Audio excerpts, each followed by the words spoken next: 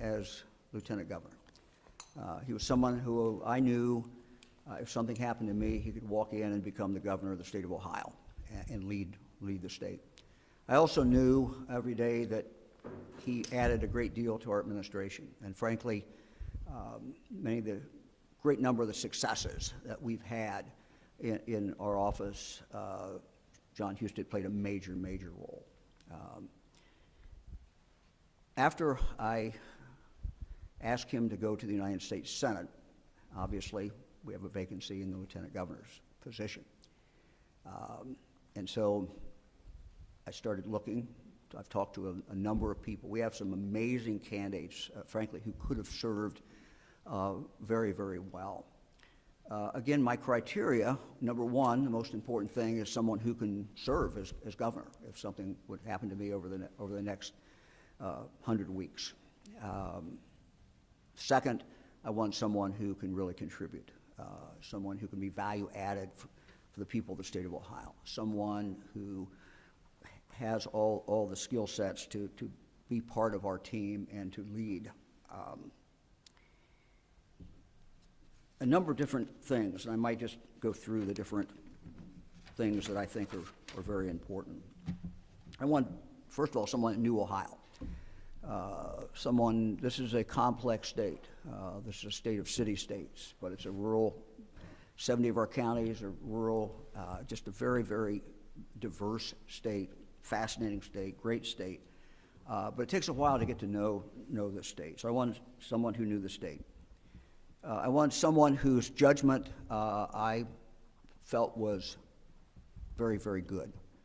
I want someone who was a leader, someone who is used to making decisions, someone who listens, weighs the different options, and then comes to a conclusion. I want someone, frankly, who shared Ohio values, my values, Ohio's values. Someone also, though, who could pull people together. One of the requirements, I think, of a governor is someone who can work. You don't always succeed, but at least work to try to pull people together. I want someone who kind of shared my vision for the state of Ohio, and that is that we want everyone to live up to their God-given potential. I want someone who would focus on education, someone who would focus on workforce. Those are really the two areas that we will continue to focus on and put the most emphasis on for the next 2 years. I want someone who understood, as I said, that workforce development. I want someone who understood the connection between career tech, between business, and between education, and had worked in that field. As I said, there are many good candidates. 9 days ago, a week ago Saturday, Fran and I went to Northeast Ohio, went to the home of Jim Tressel and his wife Ellen. We met with Jim, and I asked him if he would serve as Lieutenant Governor of the state of Ohio. I'm pleased to say that he told us yes, and today I will be sending his name to the Senate and to the House. I'll be sending the name of Jim Tressel. I'll be nominating him to be Ohio's next Lieutenant Governor. I first met Jim a number of years ago, but I really got to know him when he became president of Youngstown State. And I've worked very closely with him and observed what he's done, and has seen the reaction in the Mahoning Valley among the leaders to him. He knows how to pull education in together and to reach out to the business community. He understands that education, part of the education job is to educate young people. It's also to try to grow the state in the sense of economic development. And he's been involved in economic development in the Mahoning Valley as well. He has the requisite skill sets. He has the criteria that I outlined. He knows Ohio. Jim Tressel, I trust his judgment. He is a born leader. He's a leader wherever he has been. spent a great deal of his career working with young people and leading them. He shares my values. He shares Ohio. Jim Tressel is Ohio values. He's a hard worker and shares that vision for the future of the state of Ohio. He has the ability to pull people together. He has the ability to lead. He will enable me to be assured that if something happens to me, he can walk in and be governor that day. And it would be seamless, and he would be able to take over. We certainly hope that does not happen, but we have to know that that person has the ability to do that. Second, his background in education, his background in workforce development, his background in economic development, all bode very, very well. He's going to do a number of things in our administration, and we'll be outlining those in the days and the weeks ahead. But certainly, he's going to be involved directly with education. He's going to be involved with workforce development and how those two come together. He and I have already had some going back and forth with a lot of ideas. This is not unusual for Jim Tressel. The thing I've noticed about him, and I've reached out to him, frankly, over the years many, many times to get ideas. What do we do about our universities that, because of demographics, might be struggling? Other questions. He has always come back to me with answers that I thought were very well reasoned and were very intuitive, but also based upon his experience. So I am very happy to be sending his name to the state Senate today. I talked briefly to the Speaker and the Senate President an hour or so ago, and I know Jim will look forward to talking with members of the General Assembly, and I certainly hope that he will be confirmed. My job is to nominate. As I said, I will nominate him today to be our next Lieutenant Governor. Jim? Sir.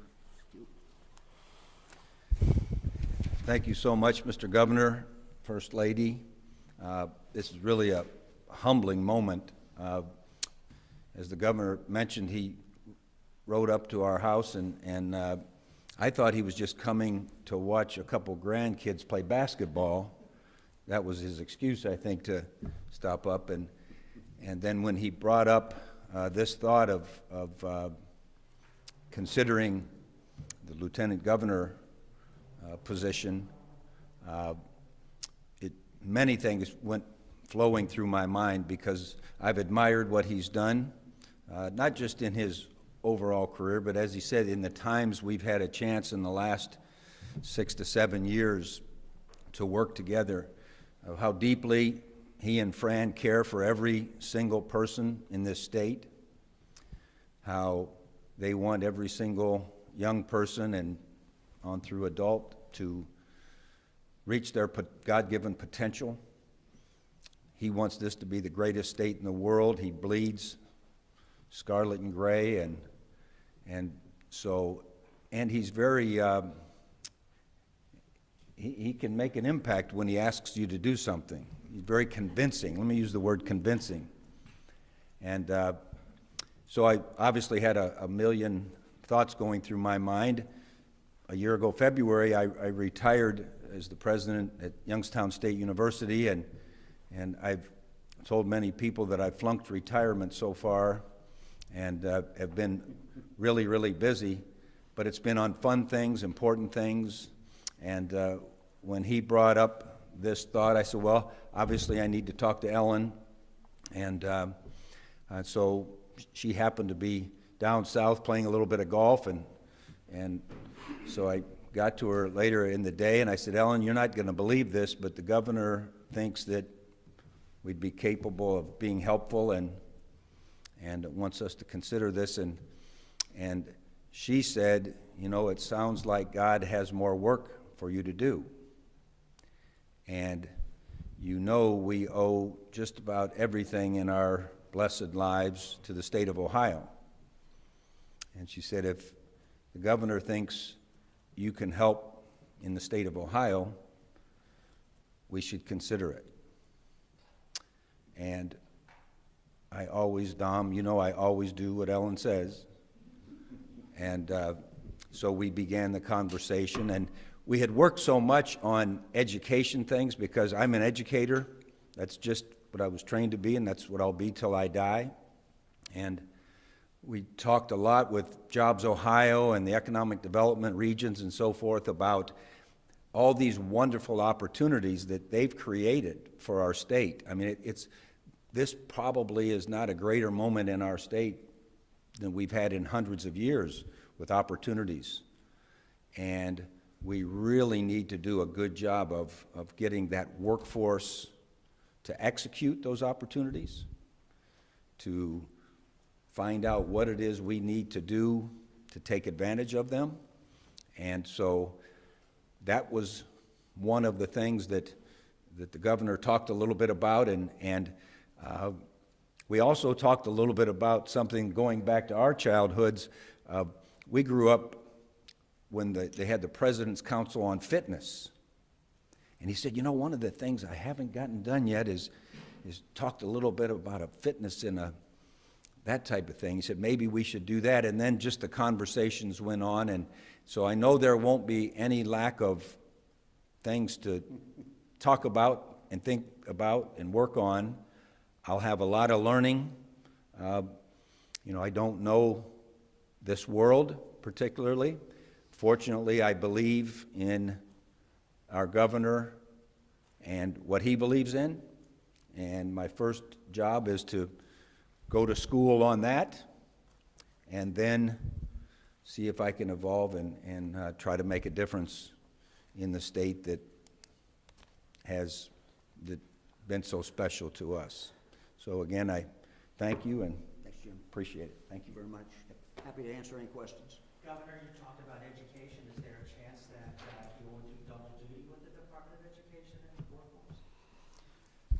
You know, we haven't totally defined his roles, but you know that will certainly be one of the areas that he will be working on. I don't look, for example, to you know, I'm very happy with Steve Dakin, who heads up that department, and you know, as far as K through 12, and I'm not, you know, not going to change that, but he's going to be, I think, very, very valuable to us. You know, I've watched him work with the business community, and you know, historically, sometimes the business community and the education folks didn't talk a lot. You know, when he went to Youngstown State, you know, one of the first things he did is just pulled the business community in, because it's so intertwined, and it gives these young people the real opportunity to live up to their full potential. Well, the current governor nominee, can you talk a little bit about the work you would specifically like to get into and whether or not you're going to kind of pick up where Lieutenant Governor, now Senator John Husted left off? Yeah, let me just say, you know, I'll start and then Jim can talk about it. But you know, what we've kind of outlined today is the way we see this today. But as Jim pointed out, there's going to be anybody who's worked around me knows that I'm always thinking about other things. And you know, one of the areas that we did talk about was physical fitness. And I think Jim is, you know, is the logical person to lead that effort for our administration. You know, this is about wellness. This is about health. This is about our young people. So it's a very logical thing for him to focus on. Anybody else? And before you, Did you want me to? Oh, I am sorry. Yeah, go ahead. She Yeah, was yeah, kind of yeah. waving at me. Yeah, go. You know, what's most important about any member of a team is whatever the team needs you to do is what you need to do. And we've talked a lot about those education and workforce things. We've daydreamed about others. I want to study a little bit about what John Husted, you know, has going on. And so I want to learn, you know, the business, if you will. And then it's up to, when you sit down with the team and the staff and everyone else, trying to figure out who plays what position best. And I'd be more than happy to help wherever I can. with so much division from the national level, what will you do to make sure that you work for every Ohioan, no matter what side they're on? Well, one thing that I always believed was every single person on our team was who I worked for. And when I was running a university, I was representing every single student, every faculty member, every staff member, every alum, and everyone is important. We had a little acronym we always used with our young people, WAYT, and that simply meant, what are you thinking? We want to know what you're thinking, because if what you're thinking, we can maybe get some good ideas. What you're thinking, maybe we can clarify and give you some data as to why this is going on. But clearly, every single member of the team, really in a society, the only way we'll have a great society is if I understand that I'm insignificant without every other person in this society. And that's what I would pledge to do. Right now in the legislature, you have a lot of lawmakers who have a lot of different ideas about what should be done to reform, especially higher education, but education in general. You've been there. You've worked as a coach. You've worked as an athletic director, I think, right? Mm-hmm. You've worked as a teacher. You've worked in head of a university. Can you explain, having all that background, what kind of skills you bring and the idea that if you move one thing, something else moves too? Well, you know, I think it is helpful that I do know the complexity of it, because sometimes people make things sound simple and then they really dig in and they say, ooh, well, the reason we do this is this. And again, that's wanting to know what people are thinking, what is their perspective now, and how can we come together with common ground. And that comes from giving on all sides, you know, and that's, to me, the fun of trying to build teams, is that what everyone thinks is important, what everyone wants is important. What we have to do for the good of the whole is what's most important. And so I think knowing that complexity will help. Will you be running for governor? How many political ambitions beyond this 2-year stint as lieutenant governor, and the governor, was that a consideration in your pick? Well, I promised for 699 days, is that what it was, Fran? Fran said. For 699 days to have a singleness of purpose and a singleness of focus. And so to serve the needs that the governor outlines and his staff, and you know, really my focus is beyond that. I remember about 25 years ago, I said to a group in Columbus that I had my sights set on 310 days later. And that was my singleness of focus. Now I have a 699-day singleness of focus. So does that mean you're ruling out a 2026 run for statewide office? Let me start on that. Okay.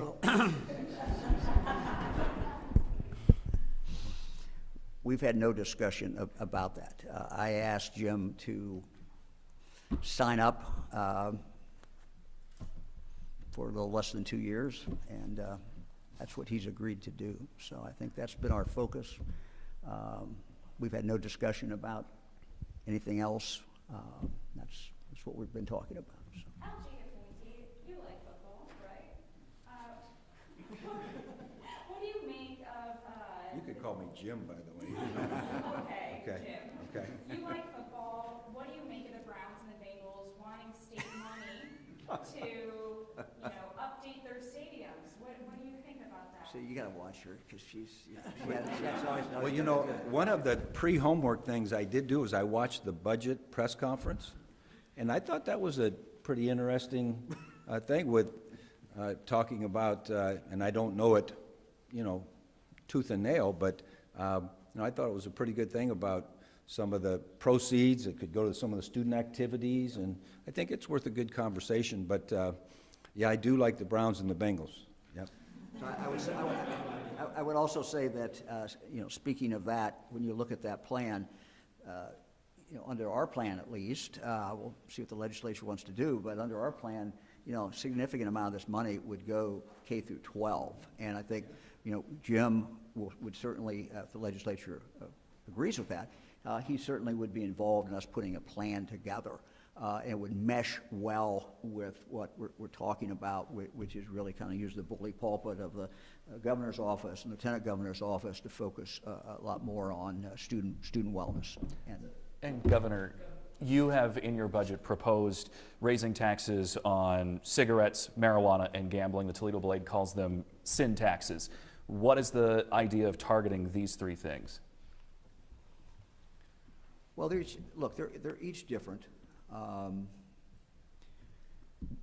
As you know, when you look at starting with marijuana, there was pretty much a consensus reached, although the bill didn't pass the House. There was a consensus reached last year about where this money could be spent, and it could be spent on things that we thought would really make a difference, and frankly wouldn't get done but for using that money in the marijuana.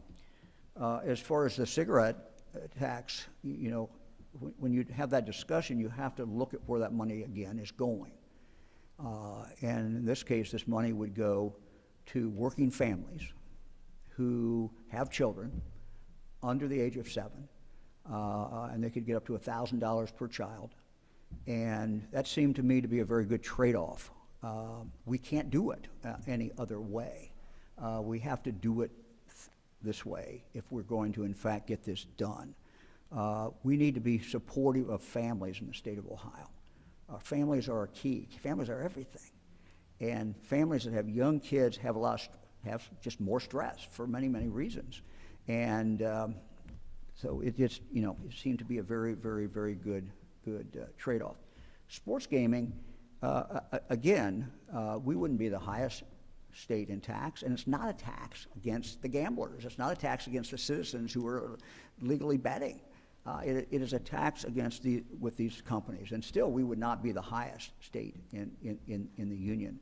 And using that money to do something that we have done for over 50 years, and that is the state government, the taxpayers of the state have put money into stadiums and ballparks. And quite candidly, anybody thinks that there'll ever be an end to that. This would make sure that we have a dedicated fund and that we're not taking this money out of the precious general fund. The general fund has to be focused on education. The general fund has to be focused on mental health. The general fund has to be focused on addiction and children's services. All of these things. And so that's why we did this. And it's easy to round it off and say, well, you got 3 sin tax. Well, that's all true, but you have to look at each one, and I think you have to make a decision. Is it the right thing to do to raise this money and raise it in this way, and the good that will be done with that amount of money? Because those things are not going to get done but for those fees, we'll call them, or taxes. So anyway, who else? How did you decide where to direct that marijuana funding, and why did you eliminate the community focused fund? Look, this was a consensus that was reached by leadership last year. We looked at the needs of the state of Ohio and where those real needs were. And look, we all want more money to go back to the local communities, but frankly, that was almost a lottery in the sense that some got money, some didn't get money, and it would have been nice to be able to do it, but we also have jails that need to be dealt with. We have police training. You know, we need to be the first in the nation in regard to police training. No one thinks about police training until there's a tragedy. No one thinks about police training until something happens and say, oh my God, how'd that happen? There is no substitute for police training, and there's no substitute for scenario-based training that's real. And so if we're going to do those, I got to look at the whole budget. I got to look at where we can get money. There is no place else to pull that money from. We cannot take that from the general fund. If you take that from the general fund, you're taking it away from mental health, you're taking it away from addiction, you're taking it away from many, many different programs focused on kids, K through 12, mental health. And that's why you have to look at the whole and see how you can put a budget together that takes care of the needs of the people of the state of Ohio. Gears a little bit. Jobs Ohio is seeking a 15-year extension on its lease on liquor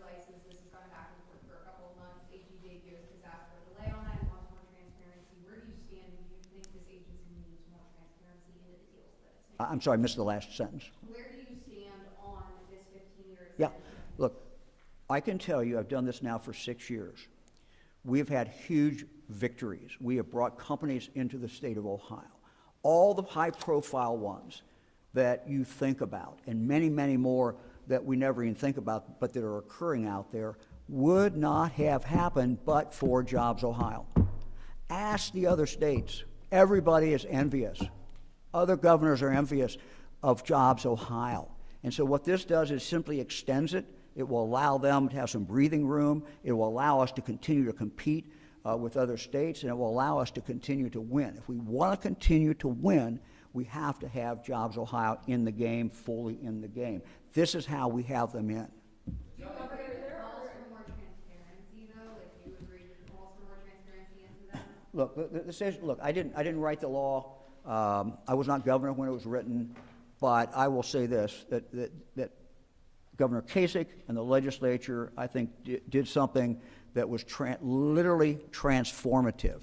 And part of what, it doesn't mean we couldn't have some more openness. I would have to look at what each particular suggestion, bill, whatever, would be. But Jobs Ohio's ability to assure a company coming in that nothing is going to get disclosed if in fact they don't come to the state of Ohio is pretty important.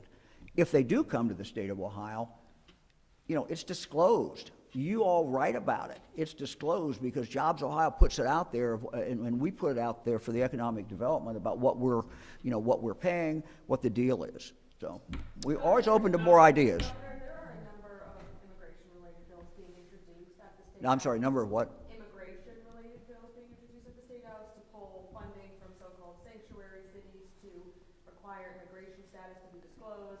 The idea is even floated of allowing ICE or requiring that ICE goes to schools. What's your take on these sorts of bills? Look, I don't always comment on every bill that's introduced. These bills I haven't really even looked at. Look, we are going to follow the law. This is Ohio is a law-following state. We're going to follow the law, and we'll take a look at what these bills have to say. I would just say again, as you heard me say before, this is nothing new. In regard to legal immigrants, Ohio, you should come to Ohio. We need you to work. We always need people who are willing to pull the wagon. We always need people who are willing to work and roll up their sleeves and make our economy move and do things. We want those people who are legal to come into the state of Ohio. And that's, I will continue to say that. That's very, very important to our future. I long for the day, and I think it will come, when the southern border is taken care of, and we don't have to have this craziness that goes on at the southern border today. At that point, I think it will be time, if I can step out of my lane a little bit, and it's time then for Congress to look at, what do we want to do in the area of legal immigration? What kind of laws do we pass, and who do we allow in that's benefit to the United States? Who should be coming in legally? We've not been able to do that or have that conversation for a long, long, long time. I was in the House of Representatives in the mid-'80s. I think the last time a major immigration bill was signed by, in that case, Ronald Reagan. It was a Democrat bill. Democrats controlled the House and the Senate. They passed the bill, and Reagan signed it. So I long for the day when we can take immigration off the table as a partisan issue. That probably is not going to happen until the southern border is, in fact, taken care of. Governor, you and John Houston came in with extensive state government experience. Jim Tressel has a lot of valuable experience, sure, but it's not state government experience. Can you just talk about why you're confident he can do the lieutenant governor job and possibly your job by something? Look, if you look at John Houston, if you look at John Houston, if you look at Jim Tressel, they have different backgrounds. But they're both extremely valuable, and the assets that they have, the skill sets that they have, the life experiences they have. This is a pick that I felt was very important. As I said, we want someone who could take over if something happens to me, but I also want someone every single day who is working and come up with ideas. And this is a guy with ideas. Jim Tressel has ideas. I can guarantee you that. And the discussions I've had with him for many, many, many years, and they're thoughtful, and they're based upon what he's seen, what he has learned. That's what I want him to bring to the table for us every single day. And to me, that's just extremely valuable. Would be extremely valuable to the people of the state of Ohio. Governor, there is a lot of speculation leading up to this announcement that Lydia Mahalik would get the appointment. How seriously did you consider her, and what led you to nominate Mr. Tressel? Yeah, Lydia Mahalik would have been a great lieutenant governor. She has a great future. She is very highly talented, very, very motivated. She's done a great job for us. I could say the same thing, frankly, about Andy Wilson. He has been a phenomenal person in the whole area of security, the whole area of the crime challenges that we have. I could go through other members of the cabinet some of them whose names have not been mentioned yet, so I won't do that. But we had a number of great people in the cabinet. Every one of them who expressed an interest to me could have served and served very, very well, and would have brought different assets to the job. We also had people, frankly, outside the cabinet who we considered and talked with, and many of them would have been very, very good as well. Was Vivek Ramaswamy ever a consideration? I'm not going to get into the names, because then we just go on and on. So. Mr. Tressel, have you ever considered holding elected office like this before? And it sounds like it might have been a surprise when the governor asked you about this a week ago. So was it? Oh, it was a surprise, for sure. But I've always enjoyed working with the decision makers in the state. I was in public universities for 46 years, and I've really enjoyed working with the legislators. I know a lot of the legislators even today. They've been great difference makers. I've worked with the governors. I've worked with kind of the unseen group, the governor's staffs, who are really outstanding. So yes, it was a surprise. I've always enjoyed working kind of in this arena, and I'm going to work like crazy to try to learn all I can learn and contribute all I can contribute, and I'm excited. So why haven't you run for office in the past? I've been busy. He's had a few other jobs. So, No other reason than that. Which do you think is a tougher job, being a football coach or lieutenant governor? you have to ask him. Yeah, I don't know the answer to this second one. I do know it was harder being a college president than a coach, because of the enormity of all that you feel responsible to. And so now I would just guess that because you're in a lieutenant governor situation, it's even a broader group. That I went from 100 guys and a dozen coaches to 12,000 students and 2,000 employees, now to an entire state. So I would guess it's much more complex, and it's much more difficult, and probably much more exciting. Governor, where did you decide to nominate Jim Tressel? I know you talked to him 9 days ago, but there's been speculation for weeks about who you might name. Well, I've frankly thought about Jim Tressel for a long time. Governor, their Medicaid budget, part of the growth of it relies on raising hospital franchise fees and being able to draw down more federal funds. Are you concerned about relying so heavily on something that might get missed? Well, I think we take the world as we find it, and I've learned that it's probably not a good idea to be afraid of doing something because a future Congress might change something. I think we take it the way it is today. Everybody knows that anything can be changed. That can be changed. So, again, this is something that the hospitals ask us to do. What we're asking the hospitals, frankly, is to reach more underserved areas. We're asking them to reach out to our rural areas of the state that are not covered as well as, frankly, they should be covered. We made some progress.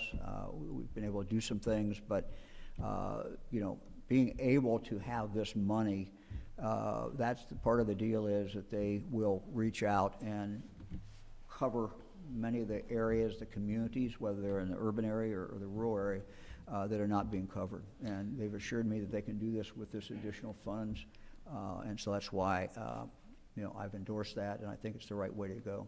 President Trump- We got to serve we have to serve all our citizens in the state of Ohio, and healthcare is just vitally, vitally important. Coach Tressel, are you okay with Ohio losing to Michigan when it comes to marijuana sales? Coach Tressel, that's like 3 eras ago. No, I'm not good with that in any arena. Governor, President Trump over the weekend announced tariffs on foreign steel I'm probably and not going to aluminum. comment on this, but go ahead. In your eyes, what will that do for Ohio's remaining steel industry? Well, we're certainly looking at that. We're certainly looking at different announcements that have come out of the White House, and sometimes we get clarification. And so anyway, we're looking at all those things. So. Anybody else? Okay. Thanks, everybody.